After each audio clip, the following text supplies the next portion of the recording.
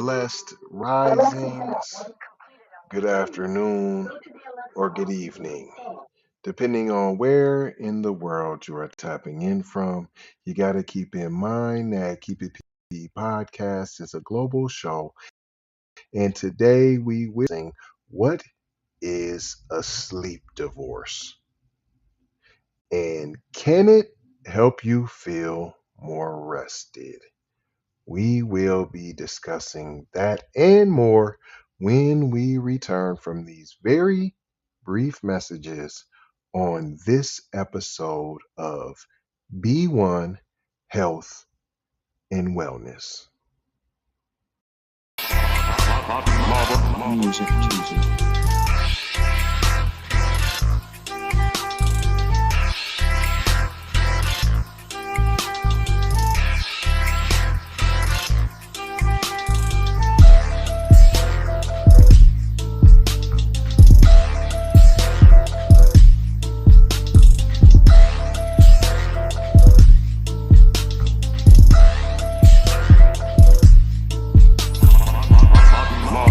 Music Tuesday.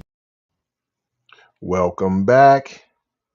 This is the Keep It P podcast where we take news, situations, and everyday occurrences and we show how one could or cannot be keeping it P. And today I am your host, TZ Von Savage, in the place to be. This is a CBS News article by Sarah Manazuko. Right away, what is a sleep horse? Let's already go right in. We don't want no black families together, and we're going to tell you that you need to get a sleep divorce. We see that your numbers are rising being a black family together. Let's see if we can maybe come slick and sly and tell you a lie about a sleep divorce. Yeah. You don't gotta sleep together in the same room. No. Why would you do that? You gotta be able to get your rest. You can't possibly get your rest by sleeping next to this woman right here. Man and woman family. No. Of course, they got video to go along with it. But let's see. Ever had trouble falling asleep or staying asleep because of your partner? Because of your partner. Whether it's getting disturbed by snoring, stolen covers during the night, or differing schedules. First of all, you didn't know your partner was a snorer? You didn't know before you got married your partner was a snorer? That's why I'm already telling you, put on your thinking cap. Shout out Jay Lava, not trying to tell you what to think, trying to show you how to think. Hello, McFlizzle. What is a sleep divorce? Let's just let that just sit. Divorce. We want to be okay with divorce. Yeah, we want to be okay with not being in horrible relationships, but you know that before you get married, right? So you didn't know your partner snored. You didn't know your partner was still in the covers. You didn't know your girl. You didn't know your girl was still in the covers, guy. Little mama. You didn't know homeboy was still in the covers. Y'all got different schedules waking you up before your alarm. You're not alone. People are taking to social media to talk about sleep divorces. The idea of sleeping separately from your partner to get a better night's sleep. How about you just pick a better partner? How about we stop settling? How about we do more due diligence on our potential mates before we lay down and get to jumping up and down in the sack with them? How about we do that? No. Just rush into it, do whatever, and get a just get a sleep divorce. You'll be all right. You'll be all right. On TikTok, there are more than 400,000 views for the hashtag sleep divorce, and experts say there can be potential benefits.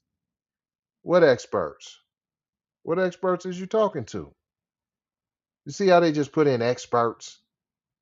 So that's what we do over at this show. Not only are we B1, we try to show the brothers and sisters all this trick bag language.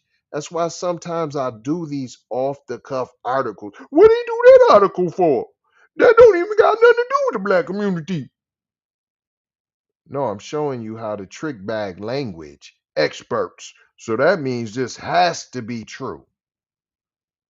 It has to be true that sleep divorces have potential benefits. Well, don't almost anything have a potential benefit if you really look deep down? Yeah, you know the potential benefits of drinking Drano?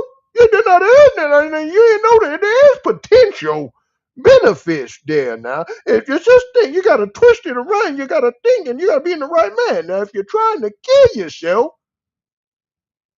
right? Isn't that a potential benefit to your situation? It goes on to say there are benefits for some partners to sleep separately. Maybe they just shouldn't have got together. Studies demonstrate that when one bed partner has a sleep disorder, it can be negatively affect the other sleeper, bed partner. We talking about spouses, man. I was using partner too, but we talking about spouses. You got to think. You got to think. It continues. Studies demonstrate that when one bed partner has a sleep disorder, it can negatively affect the other sleeper. Right, but you knew that though. For example, bed partners tend to wake up at the same time when one has insomnia. But you knew that though. They just didn't grow insomnia. Or is this just something new? We talking about you got a spouse who just grew. They just all of a sudden caught insomnia. They just caught it. It's like a cold. They caught it like a cold. Similarly, when bed partners differ in chronotype, like when one is a night owl, the other is an early bird. You didn't know this before you got married? What is you talking? You didn't know if you was a night owl? You didn't know that she was an early bird? You ain't know that? I think you got some other problems in your relationship other than needing a sleep divorce. Maybe called a I never should have got married in the first place to this particular person. It continues. These differing sleep preferences can negatively impact both partners' sleep. On the other hand, sleeping with your partner can help in detecting any conditions you may have been unaware of. Flynn Evans said, as sleep clinicians use reports from bed partners to help identify patients with sleep disorders. For example, a person might report that their bed partner snores loudly, prompting them to seek treatment for sleep apnea. Dr. Daniel Shade, a sleep specialist with Alchemy Health Network, said if couples are honest with themselves, they'll likely know whether there's a problem. Ain't that what I said? Sleep divorce, you need to think before you leap. You need to peep before you creep.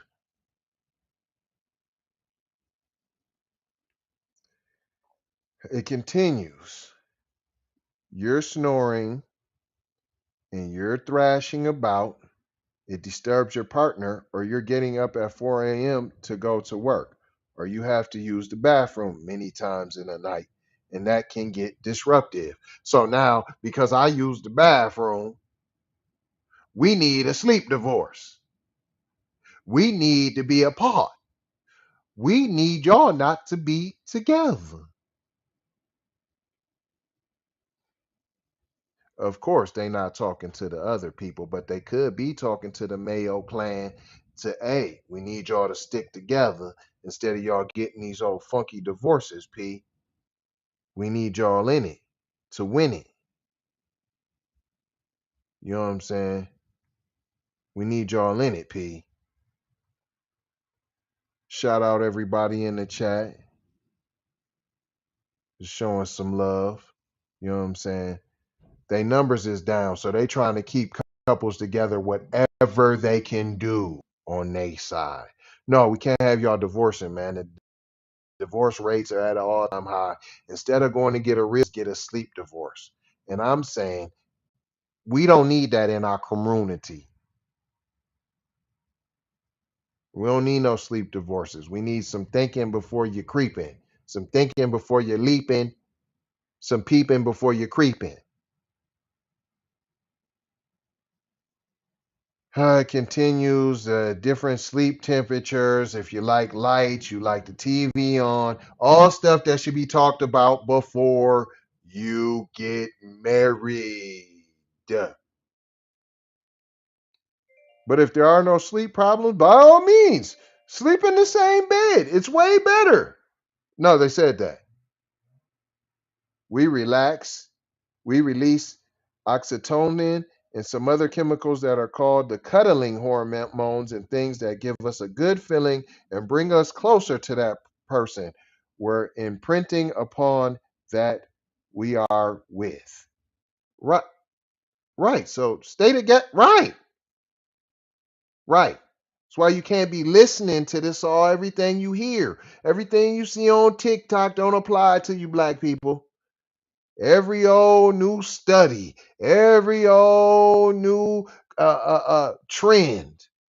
We don't got to hop on everything. We're trendsetters. We don't ride the wave. We create the wave. We don't follow the wave. We don't get with the wave. We are wave creators. Remember that. Continue sleeping separately should be the solution. If a partner is having sleep trouble, just leave them out there. Anytime there's trouble, go ahead and leave your spouse out there on the island. Leave them alone. Fend for themselves. They got to get it how they live. That's what their marriages consist of. No, no, no. That's not what a marriage consists of. Not a good one. Anyways, couples should always seek treatment from a professional to identify sleep orders. This is the only way to make sure both partners will obtain the best sleep they can, no matter where they end up sleeping. You didn't say that. You said go in the other room. That's what you said. You said take your behind in the other room and get a sleep divorce. All while you guys are growing apart.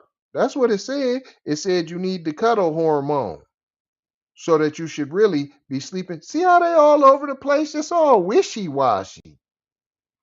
I mean, talk about being all over the place. Yeah, sometimes you got to be up. Sometimes you got to be down.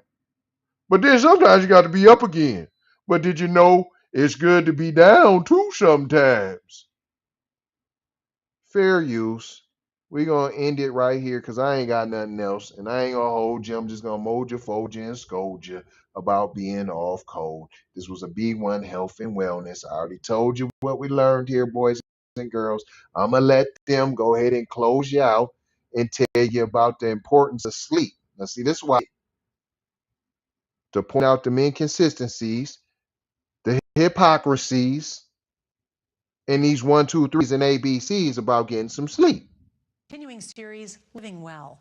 According to a recent poll, almost 7 in 10 adults who don't sleep well say it affects their mental health. Now, a new study shows that our sleep habits can also affect life expectancy. CBS's Janet Sham has the tips experts say could help you sleep better and live longer. A good night's sleep won't just make you feel better. It could add years to your life. What surprised you about the findings in this study? The potential years of life expectancy gain. So just based on, I think, fairly achievable targets in terms of sleep quality. When 2 additional years, for men, almost 5. According to the American College of Cardiology study, which included more than 170,000 Americans. Dr. Carol Ash is a sleep expert. We now know that poor quality sleep can lead to many of the chronic diseases we're trying to treat and can shorten your lifespan. Like cardiovascular disease and diabetes.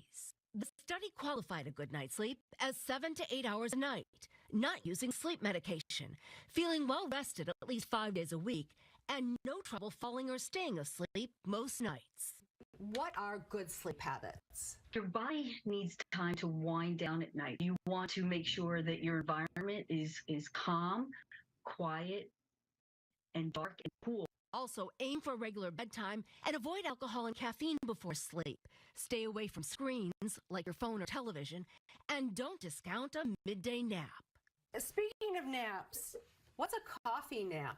The idea is if you take a nap and drink the coffee right before the nap, you'll be able to get 20 minutes or 40 minutes of nap time in. And when you wake up, you'll have the caffeine burst just as you're waking up out of the naps. Putting sleep issues to bed for potentially longer life. Janet Shamlian, CBS News, Houston.